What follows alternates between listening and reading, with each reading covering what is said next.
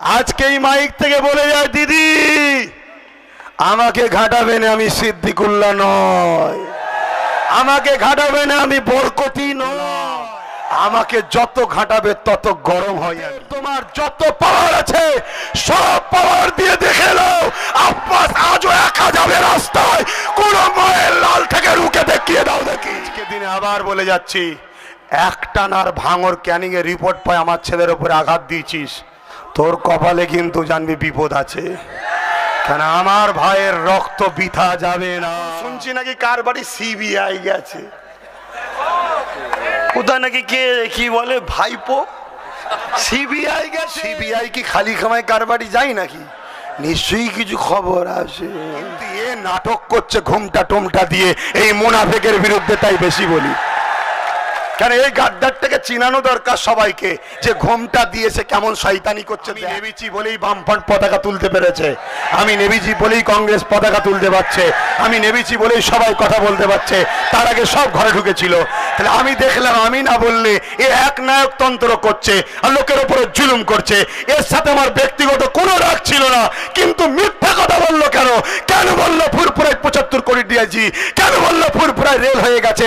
এই মিথ্যা মিথ্যা মিথ্যা কেন বলবে? মুসলমানদের 99% কাজ হয়েছে, কেন ঘুমটা দিয়ে মুসলমানের কাছে যাবে আর আমার হিন্দু ভাই থেকে আমার থেকে আলাদা করবে? এই ষড়যন্ত্র দেখে আমি বুঝতে পেরেছি এর বিরোধী করাটা এটা আমার ইমানি দায়িত্ব, তাই করছি, আপনাদেরকে সাথ দিতে হবে। এখন শুনছি নাকি কার বাড়ি সিবিআই গেছে, কোথায় নাকি কে কি বলে ভাইপো সিবিআই গেছে। কি ব্যাপার? সিবিআই কি খালি খামায় কার বাড়ি যায় নাকি? নিশ্চয়ই কিছু খবর আছে। এইবারে যার ভরসাতে তোমার এলাকায় যারা দাদাগিরি দিচ্ছিল ওদেরকে তো আগে বলেছিলাম সুধরে যা, এনকাউন্টার হয়ে যাবি, সুধরাচ্ছিল। এবারে কি হবে? মেন মাথা যদি কান ধরে টানে তো মাথা চলে আসবে, যদি তুলে লাই এগুলোর দশা কি হবে? হ্যাঁ, অতএব আজকে দিনে আবার বলে যাচ্ছি, একটানার ভাঙর ক্যানিং এর রিপোর্ট পায় আমার ছেলের উপরে আঘাত দিয়েছিস, সাথে তো লোবো না, কমসে কম মাফ করে দেবো, মারবো না। এরপরেও যদি না শুধরাস তোর কপালে কিন্তু জানবি বিপদ আছে, কেন আমার ভাইয়ের রক্ত বৃথা যাবে না, আমার ভাইয়ের রক্ত বৃথা যাবে না। মণিপুরে সরকার করলো কে? মণিপুরে সরকার বানালো কে? কার সহযোগিতা নিয়ে? টিএমসির। জানেন না কেন? না ওখানে কংগ্রেস জিতেছিল, বিজেপি হেরে গিয়েছিল, সিট কম পড়েছে, দিদিমণি সাপোর্ট করেছে, বিজেপিকে জিতে গেছে। এই হলো দিদিমণি, চিনতে পাচ্ছেন? আজকেই মাইক থেকে বলে যায়, দিদি আমাকে ঘাটাবে না, আমি সিদ্দিকুল্লাহ নয়, আমাকে ঘাটাবে না, আমি বরকতি নয়, আমি হলাম মুস্তফা জানে রহমতের গোলাম, আমাকে যত ঘাটাবে তত গরম হয় আমি। অতএব তোমার যত পাওয়ার আছে সব পাওয়ার দিয়ে দেখে নাও, আব্বাস আজও একা যাবে রাস্তায়, কোন মায়ের লাল থেকে রুকে দেখিয়ে দাও দেখি। অতএব একে রুকা সম্ভব নয়, কেন মদিনাওয়ালা খেয়াল রেখেছে আমাকে, বলে দিয়ে গেলাম। আর মদিনাওয়ালা এদেরকেও ভালোবাসে, ওদেরকেও ভালোবাসে, ওদেরকেও ভালোবাসে, কেন মানুষের জন্য তিনি এসেছিলেন। তাই মদিনাওয়ালা যখন আমি, তাই মদিনাওয়ালা শিখিয়েছে মানুষের সেবা করো, তাই মানুষ যে পিছিয়ে আছে তার সেবা করব, সেই সেবার জন্যে ভালো ভালো ভালো ভালো নেতা তৈরি করব, আর নেতার লাগামটা আমার হাতে রাখবো। দেবেন তো? ভাইকে দেবেন তো? ছেলেকে দেবেন তো? ভুলে যাবেন না তো?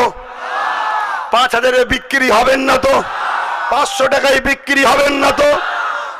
আপনাদের বুথে বুথে বুথে যদি কেউ হুমকি টুমকি এবারে দেয় আজ থেকে, সেইগুলোকে চিহ্নিত করুন, চিহ্নিত করে যখন খিদে পাবে, ফাঁকাই ফাঁকাই খিদে পাবে, ফাঁকাই ফাঁকাই খিদে পাবে, হরহরে স্টিম জার্মানি কুপ্তা খাওয়াবেন। হরহরে স্টিম জার্মানি কুপ্তা জানেন তো? আলু ভর্তার ডাল। কিন্তু সুযোগে কেন সবার সামনে খাওয়ালে লোক বেশি ভিড় হয়ে যাবে, কজনকে খাওয়াবেন গরিব মানুষ? কথা বুঝেছেন? যে কটা খিদে পাচ্ছে দেখবেন ঘেউ ঘেউ করছে খিদের চোটে, একটুখানি ঠিক করে নেন। কেন আমি অনেক সবর করেছিলাম, আমি ভেবেছিলাম এরা হয়তো ভুল করছে, ঠিক সময় হলে হয়তো এরা পরিবর্তন হবে। আজ যখন আমার মাতৃভাষা দিবসকে এরা রুখলো, তখন বুঝতে আর বাকি নেই এরা হলো গাদ্দার। এরা কারা? গাদ্দার। অথবা এই গাদ্দারদের আর মাফ নাই, ঠিক না বেটি? আজ আমি আপনাদের ঘরে বলে যাই, 2021-এ ভাঙড় বিধানসভায় যদি ISF এর ক্যান্ডিডেট আমি যাকে দাঁড় করাবো সেটা আব্বাস সিদ্দিকী মনে করে তাকে ভোট দিয়ে যদি জয় দেন, নেতাজি বলেছিল রক্ত দাও স্বাধীনতা দেবো, আমার ক্যান্ডিডেটকে জিতিয়ে দাও, অধিকার নিয়ে ইজ্জতের সঙ্গে মাতাম বাঁচার রাস্তা দেখিয়ে দেবো। আজকে অনেকে বলে আপনি বিজেপির ব্যাপারে অত বলেন না কেন, যতটা আপনি দিদির ব্যাপারে বলেন? একটা কারণে বলি না, বিজেপি হলো প্রকাশ্য দুশ্মন, জেনে গেছি, তাই ওর নিয়ে মাথা ঘামাই না। কেন ওকে ভোটও দেবো না, ও এলে রেডিও থাকবো। কিন্তু এ নাটক করছে ঘুমটা টুমটা দিয়ে এই মুনাফেকের বিরুদ্ধে, তাই বেশি বলি। কেন এই গাদ্দারটাকে চিনানো দরকার সবাইকে, যে ঘুমটা দিয়েছে কেমন শয়তানি করছে দেখ। কথা বুঝে আসছে না? নাই আজকে আমাকে কেউ প্রশ্ন করছে আপনি এরকম ভাবে বলছেন আর আপনি গাড়ি নিয়ে ঘুরছেন, আপনার কোনো পাহারাদার নেই, আবার বুলেট প্রুফ কাজ নয়, হ্যাঁচনার নাই, তেন নাই। আমি দৌড় বাবু, যদি এক আব্বাস সিদ্দিকীর মারাতে 6 জন মরা যদি আন্তর্জাতিক ভাষাটা চান্স পায়, আর এক আব্বাস সিদ্দিকীর মরাতে যদি 1 লক্ষ আব্বাস সিদ্দিকী বাংলায় তৈরি হয়ে যায়, আমার জন্য মরা তাহলে ফরজ হয়েছে। এই কথা বুঝছেন না? বোঝেন না? এক আব্বাস সিদ্দিকী মরাতে যদি আব্বাস সিদ্দিকী গুলো জাগে, এগুলো তো এখনো জাগছে না, কেন এদেরকে তো ঘুম পড়িয়েছে না? জেগে গেছো?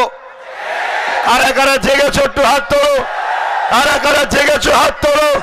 জেগে গেছো উঠে দাঁড়িয়ে পড়ো তো দেখি। জেগে গেছো? জেগে গেছো? আর ঘুমোবে না তো? তাহলে আমার সাথে সাথে বলো, আমি যেটা বলবো বলো। আমরা ভারতীয়, আমরা গর্বিত, ভিক্ষা নয় অধিকার চাই। আমরা ভারতীয়, আমরা গর্বিত, ভিক্ষা নয় অধিকার চাই। ভিক্ষা নয় অধিকার চাই। ভিক্ষা নয় অধিকার চাই। আজ থেকে আমরা শপথ নেব তাহলে যত হিন্দু গরিব ভাই আছে, যত দলিত আদিবাসী হিন্দু গরিব ভাই আছে, সবার সঙ্গে একে অপরে কাঁধে কাঁধ মিলিয়ে যোগাযোগ করবেন। এবং মাইকে বলে যাচ্ছি, 74 বছর কোনো মুসলমান সিএম হয়নি, 74 বছর কোনো মুসলমান ক্ষমতার মধ্যে আসেনি, তাহলে আপনারা আজও গরিব কেন? আমরা লুটেছি, এটা ভাবতে হবে। টুপি দেখবেন না আব্বাস সিদ্দিকীকে দেখুন, টুপিটা আমার ধর্মীয় পছন্দ, কিন্তু আমার মনের মধ্যে আছে আপনি আমি এক বাবা এক মায়ের ছেলে, পৃথিবীর সর্বপ্রথম বাপ সর্বপ্রথম মা, আমি আপনি এক ভাই এক বাপ এক মায়ের ছেলে, আমরা কেউ অস্বীকার করতে পারবে না। অতএব এই ফিকশন ভুলে গিয়ে আসুন এই ভাঙড়টা আপনারা আমাকে পুরস্কার হিসেবে দেন, আমি আপনাদের অধিকার দেবো, ইজ্জতের সাথে বাঁচার স্বাধীনতা দেবো, কর্মসংস্থানের ব্যবস্থা দেবো। কথা দিয়ে গেলাম, আপনারা ভাবতে পারবেন না একটা MLA-র কতটা ক্ষমতা হয়। অনেক কিছু বললাম, ব্যথা নিয়ে যাচ্ছেন? কারণ আমি আবার বললাম রাজনীতি করার আমার কোনো দরকার ছিল না, কিন্তু আমি না নামলে বাকি সবাইকে জেলে ভরা দিচ্ছিল। আমি নেমেছি বলেই বামফ্রন্ট পতাকা তুলতে পেরেছে, আমি নেমেছি বলেই কংগ্রেস পতাকা তুলতে পারছে, আমি নেমেছি বলেই সবাই কথা বলতে পারছে, তার আগে সব ঘরে ঢুকেছিল। তাহলে আমি দেখলাম আমি না বললে এ এক নায়কতন্ত্র করছে আর লোকের উপরে জুলুম করছে। এর সাথে আমার ব্যক্তিগত কোনো রাগ ছিল না, কিন্তু মিথ্যা কথা বললো কেন? কেন বললো ফুরফুরায় 75 কোটি দিয়েছি? কেন বললো ফুরফুরায় রেল হয়ে গেছে? এই মিথ্যা মিথ্যা মিথ্যা কেন বলবে? মুসলমানদের 99% কাজ হয়েছে, কেন ঘুমটা দিয়ে মুসলমানের কাছে যাবে আর আমার হিন্দু ভাই থেকে আমার থেকে আলাদা করবে? এই ষড়যন্ত্র দেখে আমি বুঝতে পেরেছি এর বিরোধী করাটা এটা আমার ইমানি দায়িত্ব, তাই করছি, আপনাদেরকে সাথ দিতে হবে। বিদায় নিলাম, আগামী দিন আবার কথা হবে। ভালো থাকেন, সুখে থাকেন, সুস্থভাবে যাবেন, গাড়ি ঘোড়া আস্তে আস্তে চালাবেন, কেন আপনারা হলেন আমার সব থেকে আপন, আপনারা আমার সুখে দুঃখের সাথী, আমি বলে যাচ্ছি আবার, আমি কিন্তু নেতা হব না, আমি আপনাদেরকে নেতা বানাবো। আর আপনারা ভাববেন না যে আমাদের ভাইজান মনে হয় জিতার পর আর কাছে যেতে পারবো না। একবার জিতে যায়, তারপরে দেখবেন আবার আপনাদের এলাকায় এসে বাবারা